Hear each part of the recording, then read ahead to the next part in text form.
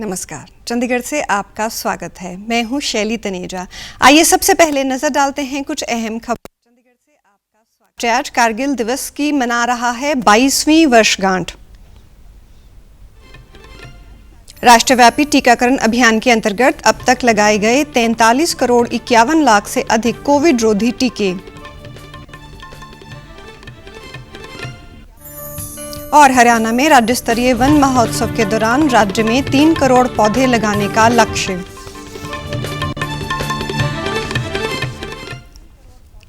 अब समाचार विस्तार से।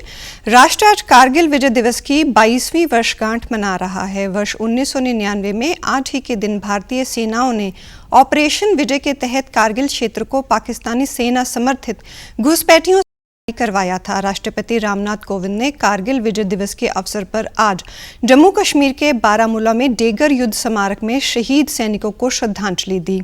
राष्ट्रपति का द्रास में कारगिल युद्ध स्मारक की यात्रा खराब मौसम के कारण रद्द हो गई है। प्रधानमंत्री नरेंद्र मोदी ने कारगिल विजय दिवस पर कहा है कि हमारे सशस्त्र बलों की बहादुरी तथा धैर्य का ऐसा प्रतीक है जिससे पूरे विश्व ने देखा है। मन की बात कार्यक्रम में कल श्री मोदी ने कारगिल के वीरों को नमन किया। केंद्रीय रक्षा मंत्री राजनाथ सिंह ने आज सुबह नई दिल्ली में राष्ट्रीय समर स्मारक पर कारगिल युद्ध में शहीद हुए सैनिकों को श्रद्धांजलि दी। अपने संदेश में केंद्रीय रक्षा मंत्री ने कहा कि कठिन तथा प्रतिकूल परिस्थितियों के बावजूद कारगिल में भारतीय सेना की जीत अतुलनीय है। कारगिल विजय दिवस के अवसर पर रक्षा राज्य मंत्री अजय भट्ट, सेना प्रमुख जनरल एम नरवणे, वायुसेना प्रमुख air chief marshal RKS Bhadauria, नौसेना के उप मुख्य vice admiral G Ashok Kumar ने भी राष्ट्रीय समर स्मारक पर शहीदों को श्रद्धांजलि दी। संसद में मानसून सत्र के दौरान दोनों सदनों की आज की कार्रवाई भी विभिन्न मुद्दों पर विपक्ष के हंगामे के कारण बाधित हुई है। लोकसभा की कार्रवाई शुरू होने पर कांग्रेस, तृणमूल कांग्रेस, अकाली दल के पार्टी तथा अन्य दलों के सदस्यों द्वारा शोर शराबा किया गया। लोकसभा अध्यक्ष ने शोर शराबे के बीच प्रश्नकाल चलाने का प्रयास किया। वे विरोध कर रहे सदस्यों से सदन की कार्रवाई सुचारू रूप से चलने देने के बारे में बार बार आग्रह करने पर भी हंगामा जारी रहा, जिसके बाद अध्यक्ष ने लोकसभा की कार्रवाई पहले दोपहर 2 बजे तक, फिर 2:45 बजे तक स्थगित कर दी। समाचार लिखे जाने के समय लोकसभा की कार्रवाई जारी थी। उधर राज्यसभा में भी बैठक शुरू होने पर सभापति एम वेंकैया नायडू ने पेगासस जासूसी, कृषि कानूनों तथा अन्य मुद्दों पर विपक्षी सदस्यों के लिए किए गए शतघन प्रस्ताव के नोटिस खारिज कर दिए, जिसके बाद विपक्षी दलों के सदस्यों ने सदन के बीच आकर शोर शराबा किया। वे सदन की कार्रवाई बाधित हुई। हंगामा जारी रहने पर राज्यसभा की कार्रवाई दोपहर 12 बजे तक स्थगित कर दी गई। उसके बाद राज्यसभा की कार्रवाई बाद दोपहर 4 बजे तक स्थगित कर दी गई। इससे पहले दोनों सदनों ने कारगिल विजय दिवस की वर्षगांठ के अवसर पर युद्ध में अपने जीवन का बलिदान देने वाले बहादुर सैनिकों को श्रद्धांजलि दी तथा दोनों सदनों में शहीदों के सम्मान में 2 मिनट का मौन भी रखा गया। दोनों सदनों की ओर से टोक्यो ओलंपिक में भार प्रतियोगिता में रजत पदक जीतने पर मीराबाई चानू को बधाई भी दी गई। राष्ट्रीय व्यापी कोविड टीकाकरण अभियान के अंतर्गत अब तक 43 करोड़ 51 लाख से अधिक कोविड रोधी टीके लगाए जा चुके हैं। स्वास्थ्य मंत्रालय ने बताया कि कल 18,99,000 कोविड रोधी टीके लगाए गए तथा पिछले 24 घंटों में 35,968 कोरोना के मरीज स्वस्थ हुए हैं, जिससे संक्रमण से स्वस्थ होने की दर 97.35% हो गई है। देश में अब तक इस बीमारी से 3 करोड़ 5 लाख लोग स्वस्थ हो चुके हैं। पिछले 24 घंटों के दौरान 39,368 नए मरीजों में संक्रमण की पुष्टि भी हुई है। चंडीगढ़ में कोरोना के नए मामलों से संबंधित स्थिति पिछले दिनों के मुकाबले बेहतर बनी हुई है। शहर में पिछले 24 घंटों के दौरान कोरोना की जांच के लिए 1,293 टेस्ट किए गए, जिनमें से 3 मामलों में संक्रमण की पुष्टि हुई है तथा एक्टिव मामलों की संख्या 33 है। चंडीगढ़ में बड़े स्तर पर राष्ट्रव्यापी कोविड टीकाकरण के अंतर्गत वैक्सीनेशन का कार्य चल रहा है।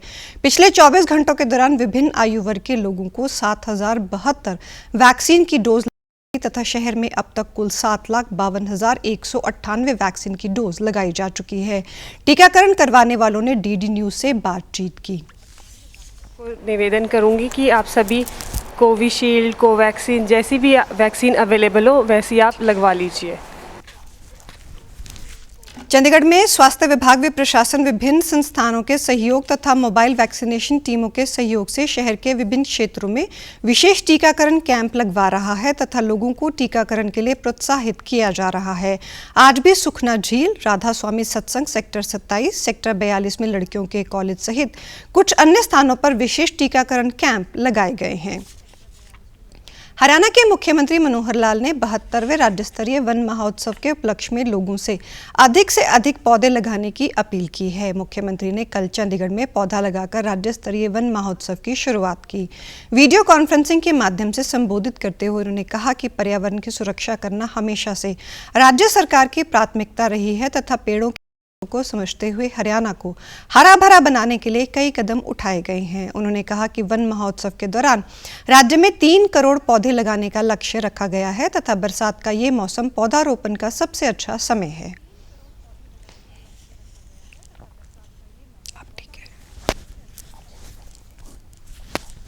पेड़ों का जो महत्व है ये हम सबको ध्यान में रहना चाहिए कि जो पेड़ है हमारे जीवन में पर्यावरण के नाते तो महत्वपूर्ण है ही है।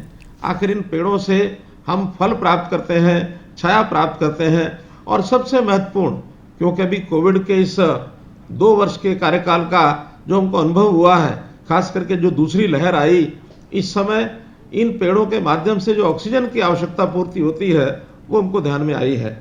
आखिर ये जो आवश्यकता अगर आभास हुआ है तभी लोगों में जागरण भी पैदा हुआ है कि हमको पेड़ जो है वो लगाने चाहिए।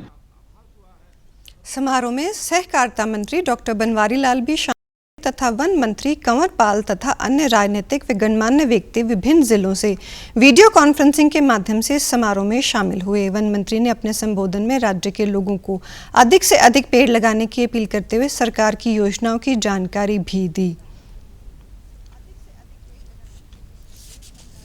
जो 70 साल से पुराने पेड़ हैं, हमने उनकी पेंशन लगा दी, 2500 रुपए की पेंशन उनकी है और ऐसे ही हर साल 250 रुपए उनकी पेंशन भी बढ़ा गई।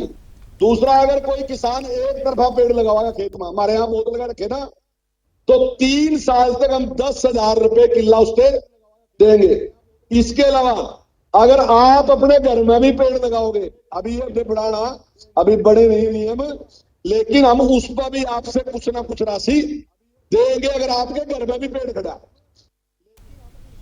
मुख्यमंत्री ने इस अवसर पर धरोहर पुस्तक का विमोचन भी किया तथा सरकारी नर्सरी से पौधों के निःशुल्क वितरण के लिए एक नागरिक केंद्रित मोबाइल एप्लीकेशन ई पौधाशाला लॉन्च भी की। पंजाब सरकार ने राज्य में बुजुर्गों के लिए 16 जिलों में वृद्धाश्रम खोलने तथा उन्हें चलाने संबंधी अनुदान देने का फैसला किया है। राज्य की सामाजिक सुरक्षा, महिला एवं बाल विकास मंत्री अरुणा चौधरी ने ये जानकारी देते हुए बताया कि सरकार द्वारा बुजुर्गों के लिए वृद्धाश्रम प्रबंधन स्कीम 2019 के अंतर्गत सभी जिलों में वृद्धाश्रम खोलने तथा स्थापित करने का प्रबंध किया गया है। उन्होंने बताया कि विभाग द्वारा होशियारपुर जिले में सीनियर सिटीजन होम चलाया जा रहा है, जबकि मानसा तथा बरनाला जिले में वृद्धाश्रम निर्माण अधीन है। वे बाकी रहते 19 जिलों में भी बुजुर्गों के रहने, खाने पीने, कपड़े, स्वास्थ्य संबंधी सुविधाएं मुहैया करवाने के साथ साथ अन्य जरूरी आवश्यकताओं की व्यवस्था के लिए गैर सरकारी संस्थानों के सहयोग से वृद्धाश्रम चलाने के लिए ग्रांट इन एड देने का फैसला है।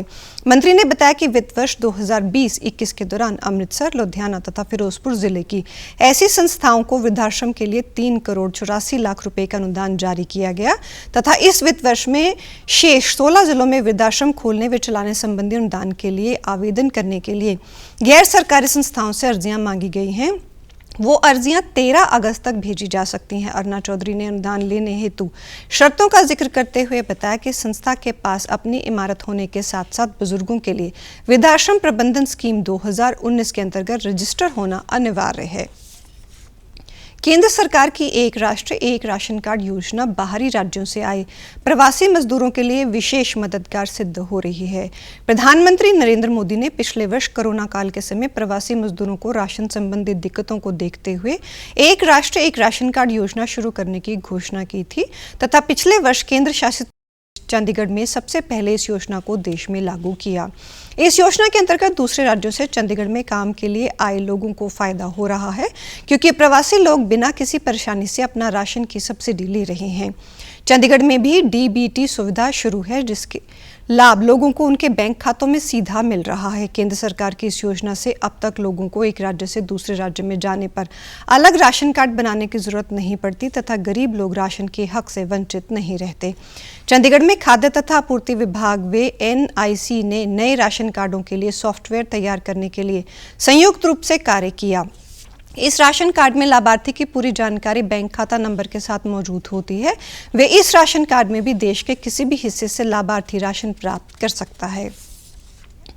कोरोना वायरस का खतरा भी टला नहीं है, इसलिए सभी से निवेदन है कि बाहर जाने के समय मास्क जरूर पहने, सामाजिक दूरी बनाए, बार-बार अपने हाथ साबुन से धोएं और सैनिटाइजर का इस्तेमाल करें। हमारी कोविड-19 जिसका कहर संपूर्ण मानव जाति को अपनी आगोश में ले चुका है। टीका या दवाई उपलब्ध होने तक महामारी के खिलाफ मानवता की जंग जारी है। ऐसे में सबसे जरूरी है सावधानी और बचाव। फेस मास्क कोरोना से रोकथाम का सबसे प्रभावी उपाय साबित हुआ है। विश्व स्वास्थ्य संगठन और विशेषज्ञों की शोध का भी यही निष्कर्ष है कि मास्क से मुंह और नाक को अच्छी तरह ढककर कोरोना संक्रमण को कम किया जा सकता है। कोरोना संक्रमण से बचाव के लिए मास्क पहनने के साथ ही जरूरी है मास्क को सही तरीके से पहनना।